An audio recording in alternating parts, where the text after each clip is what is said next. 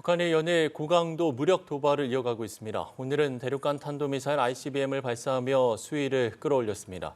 화성 17형으로 추정되는데 정상 비행에는 실패한 것으로 보입니다. 네, 차두현 아산정책연구원 수석 연구위원과 북한의 도발 의도 분석해 보도록 하겠습니다. 어서 오십시오. 안녕하십니까? 네, 안녕하십니까? 예. 자, 북한이 오늘 화성 17형으로 추정되는 대륙간 탄도미사일을 발사했습니다. 네네. 조금 전에는 또 탄도미사일을 추가적으로 발사했다는 속보를 저희가 전해드리기도 네네. 했습니다만 아직 구체적으로 어떤 미사일인지는 일단 전해지지 않고 있고요. 네네. 일단 먼저 저희가 의도를 좀 분석을 해봐야 될 것 같습니다. 네. 글쎄요, 의도가 뭘까요? 네, 결과적으로는 지금 이 북한이 지금 주는 첫 번째 가지고 있는 의도는요. 연합훈련을 하면 한반도에서 긴장이 올라간다. 한미 연합훈련을 하면. 예. 이런 인상을 계속 주려고 하는 거예요. 다시 말해서 연합훈련했기 때문에 우리도 어쩔 수 없이 했다. 그래가지고 이제 우리 국내적으로도 그렇고 국제 여론상으로 듣고 왜 하느냐. 예. 이런 의도를 이런 여론을 만들자는 게 첫 번째 의도라고 볼 수가 있고요. 네. 예.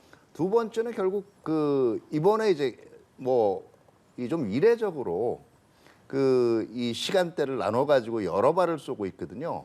예. 북한이 9월 8일 날 이른바 얘기하는 핵무력정책법이라는 법령을 이제 선포를 했단 말이에요. 여기 보면 이제 이 초전부터 단기 내 대량으로 이 핵무기를 사용할 수 있는 규정이 마련됐어요. 예. 그러니까 이제는 한꺼번에 여러 발 단기간 내에 쏘는 연습을 해봐야 되겠죠. 그러니까 그거의 일환으로도 볼 수가 있고요. 또 하나가 지금 연합훈련 동안에 왜 이렇게 지금 민감하게 반응을 하냐는 또 북한 내부의 사정도 한번 생각을 해볼 필요가 있습니다. 예. 예. 사실 이 근래 들어서 북한이 한미 연합훈련이 있었다는 사실 자체는 노동신문에는 보도를 잘 안 해요. 네. 대부분 보면 그 다음에 담화 형태로 박정천이 이번에 했듯이 조선중앙통신을 통해서 나오거든요. 예. 이게 2018년에 우리가 지금 시계를 좀 돌려보면 6월 달에 당시에 싱가포르 미국 정상회담이 1차로 있은 다음에 예. 그때 트럼프 당시 미국 대통령이 이제 한미연합훈련의 축소 유예를 이제 지금 결정을 했지 않았습니까? 예. 이걸 노동신문에서 상당히 크게 보도를 했어요. 그러니까 이게 일종의 김정은의 이제 업적이라는 거죠. 예. 우리 지도자가 중단을 시켰다라는 거예요. 그런데 그 이후에 이제 이 나온 과정들을 보면 2019년 2월에 싱가포르 미국 합의 이제 노딜로 끝나면서 네, 하노이 회담. 노동신문에서는 애국 헌신의 대장정을 했다고 했는데 아무것도 없이 돌아왔단 말이에요. 이제 이것까지를 만약에 연합훈련까지 다시 시작됐다 그러면 그동안 해왔던 게 사실 굉장히 허풍이었다라는 인상을 가지게 되죠. 예. 그런데 노동신문의 보도는 안 해도 알만한 사람은 다 안단 말이에요. 이걸 그대로 입을 닫고 넘어가는 모양새가 되면 북한 권력 엘리트들도 그렇고 인민군화 사기에도 안 좋은 영향을 미치겠죠. 그러니까 내부적인 이 자신감 면에서도 지금 대응을 하고 있는 거죠. 예, 알겠습니다. 그래서 이제 조금 전에 이제 탄도미사일 발사 전에도 보면 박정천 부위원장이 훈련 연장 결정이 매우 위험하고 잘못된 선택이다라는 네네. 입장을 밝히기도 했는데 이게 네. 내부 상황에 의한 것이다라는 말씀이신 거예요? 네네. 그러니까 지금 박정천의 이런 발언들 자체가 그동안에 이제 북한 예로 보면 한 3가지 정도 앞으로 경우의 수를 생각을 해볼 수가 있어요. 일단 박정천이 분명히 여기에다 끔찍한 대가를 치를 거라고 얘기를 하지 않았습니까? 예. 그러면 그 다음에 흔히 얘기하는 핵실험으로 이어질 수도 있어요. 이거는 결국 완전히 계산된 도발설이죠. 근데 이런 경우 도발 시나리오인데 이런 경우에 그럼 도대체 중간 선거 전에 해가지고 뭘 얻을 수 있는 거예요? 이미 지금 각종 여론조사 결과 이번 중간 선거 보면 공화당이 우세하게 나와요. 예. 근데 과연 그게 어떤 영향을 미칠 거냐를 봐야 되고요. 두 번째 시나리오는 2020년과 같은 경우에요. 박정천이 이렇게 쭉 말을 해놨으니까 행동을 안 하면 되게 우습게 됩니다. 예. 그런데 그걸 정리해 주는 게 있죠. 지금까지 끔찍한 결과가 있을 거라고 얘기한 건 김정은이 아니고 박정천이거든요.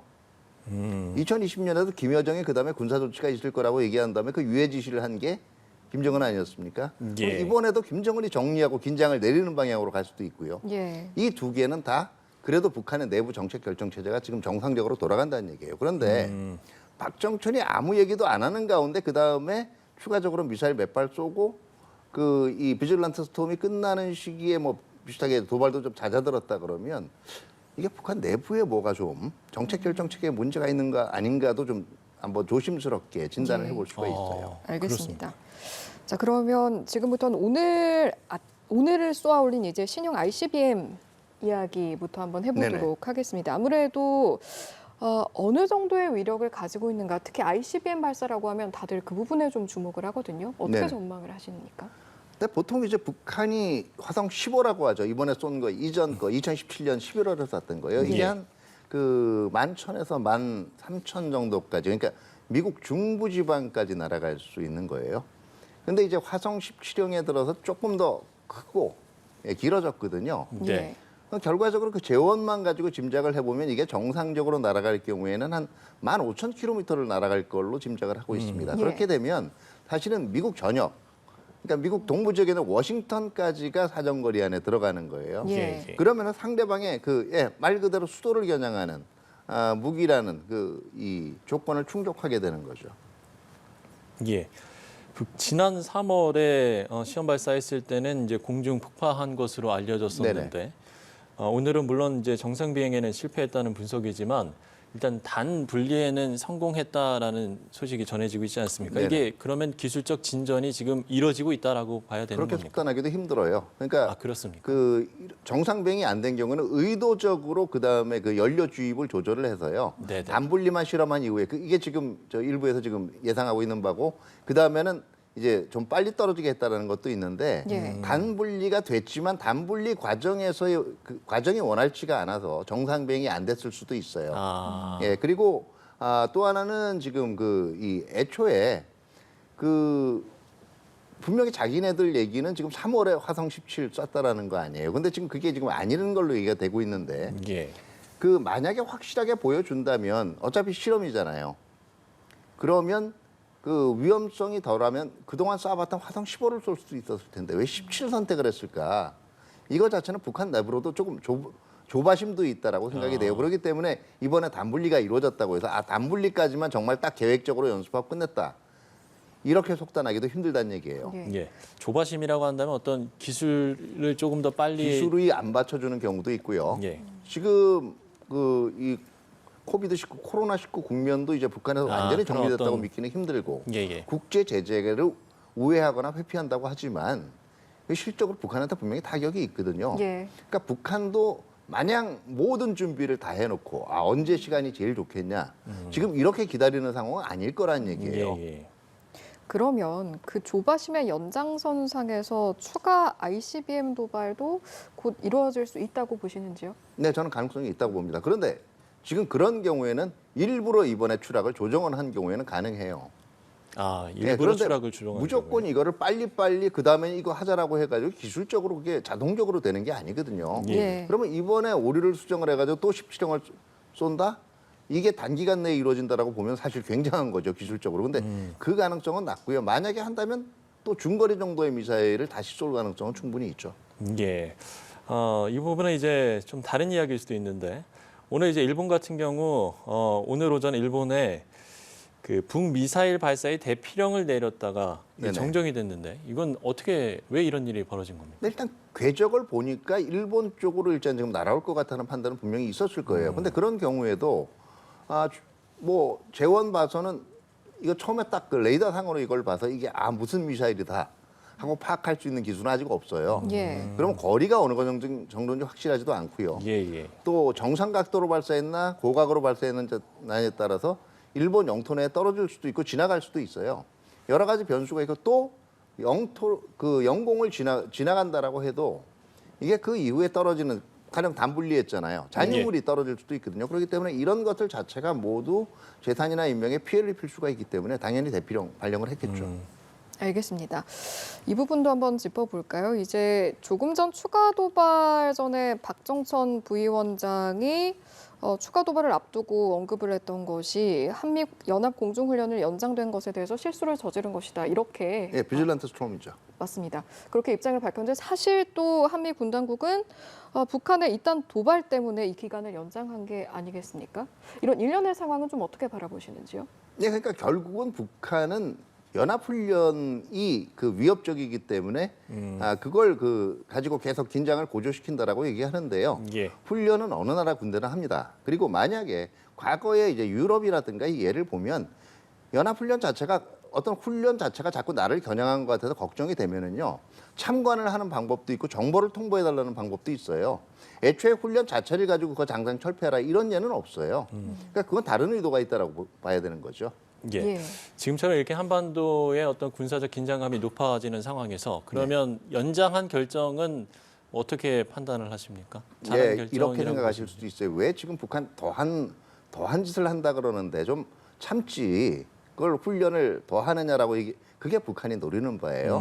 그러니까 우리가 흔히 이제 북한에 대해서 억제력을 지닌다라고 하잖아요. 예. 거기서 확장 억제 얘기가 되면 특히 이번에 지금 북한 미사일이 왔다 갔다 하는 문제이기 때문에 나중에는 이게 핵탄두가 얹힌다라고 생각을 해봐야 돼요.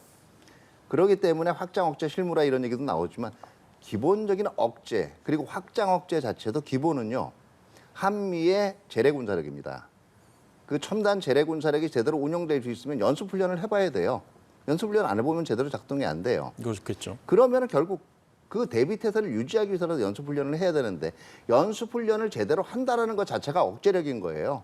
다시 말해서 연습 훈련을 하기 때문에 북한이 더 도발을 하는 것이 아니라 연습 훈련을 하기 때문에 북한이 도발을 해도 선을 넘지 못하는 겁니다. 예. 그러면 북한에서 계속해서 이제 이런 일련의 긴장감이 네네. 조성되는 상황을 우리나라에게 그리고 미국과 우리나라의 어떤 훈련에 그 책임을 떠넘기고 있는 모습도 보이고 있지 않습니까? 그렇죠. 이런 모습은 어떻게 보세요? 근데 결국은 아까도 얘기했지만 여러 가지 방법이 있어요. 훈련에 대한 의혹을 우려나 의혹을 해석하기 위해서는. 근데 곧바로 훈련부터 걸고 나온단 말이에요. 그러면 겨냥하는 게 어떤 거겠어요? 훈련을 못하게 하면은요. 훈련을 안 하는 부대는 존재 가치가 없어요. 아무 일도 안 하고 숙련도도 없는데 그 부대를 왜 유지합니까? 주한미군 같은 경우 연합훈련을 안 하게 되면 여기 주둔하게 될 근거가 없는 거예요. 과거에는 미국 같은 경우, 과거에는 이 북한이 곧바로 주장한 게 주한미군 철수잖아요. 예. 예. 이게 안 먹히니까 그 틈새로 공략하기 시작한 게 훈련이에요. 어떻게 보면 약은 건데 훈련을 공략하게 되면 결국 이게 철수 근거를 만들 거라고 미국 내 철수 여론의 근거를 만들 거라고 판단하고 있는 거죠. 예. 자, 미국은 북한이 유엔 안보리 결의를 위반했다고 하면서 북한의 도발을 강력히 규탄한다는 성명을 냈는데 네. 최근 유엔 안보리 결의안 채택은 번번이 무산되고 있는 상황이지 않습니까? 네, 저도 이번에도 아마 결의안 채택은 힘들 걸로 봐요. 왜냐하면 3월에 북한이 이제 15든 17을 발사했을 때 그때 이제 규탄 결의안 자체가 일단 중국하고 러시아한테 원천 봉쇄가 됐고요. 5월에 또 한 번 쐈었잖아요. 이때 이제 제재 격상에 대한 결의안도 중국하고 러시아가 강력히 반대를 했거든요. 요새 보면 이게 거의 이 가치 경쟁, 가치하고 체제가 같은 국가들끼리 모이는 상황이 돼 있기 때문에 더구나 이제 이 1인 독재를 한다라는 정치적인 체제도 비슷해졌어요. 예. 그렇게 되면 중국하고 러시아는 지금 굳이 북한 정권의 그것이 위신이든 아니면 실질적으로 타격이든 예. 이 피해를 줄 수 있는 제재에 찬성하게 돼 있는 구조가 당분간 아니에요. 동의하게 돼 있는 구조가. 그런 면에서는 아마 유엔 차원에서의 그 제재든 비난 결의안도 이번에도 비난 결의안 좀 통과되기 쉽지 않다. 힘들지 않을까 생각이 됩니다. 알겠습니다. 다만 아마 예. 핵실험을 했을 경우에는 중국하고 러시아도 이게 완전히 모라토리움의 완전 붕괴를 의미하기 때문에 비난 결의안 정도는 동조를 할 가능성이 예, 있어요. 예. 이제 조금 전에도 핵실험 언급하셨습니다만 아무래도 계속해서 도발이 반복되다 보니까 다음 도발은 7차 핵실험도 될 수 있지 않겠느냐 이런 전망도 있습니다. 네, 어떻게 할 수 있죠. 예. 그 7차 핵실험이라는 건 어떤 의미냐면요. 북한이 앞으로 신형 핵탄두를 이제 북한이 전술 핵무기라 그러잖아요. 신형 핵. 그러니까 우리 겨냥한 거예요. 여기다 얹을 준비가 됐다라는 건데 예. 지금 중요한 거는 지금 7차 핵실험 우리는 자꾸 시기만 보잖아요. 언제 할 건지. 그렇죠. 뭐 중간 선거 전에 예. 미국의 중간 선거 전에 하느냐 뭐 그래서 제가 이런 거꾸로 반문하는 게 언제 하는 시기에 따라서 우리가 대응이 달라질 수가 있나요? 그건 아니거든요. 예. 핵실험까지라는 선을 넘은 이후에 북한을 어떻게 대하고 어떻게 다룰 건가, 우리의 대비 태세를 어떻게 이제 정립해 나갈 것인가를 얘기하는 게 중요하지. 오히려 북한 언제 핵실험할까? 이렇게 자꾸 시기를 가지고 전전긍긍하다 보면 사실 북한이 바라는 바대로 가는 거예요. 북한이 계획했다는 걸 전제로 할 때. 예. 예.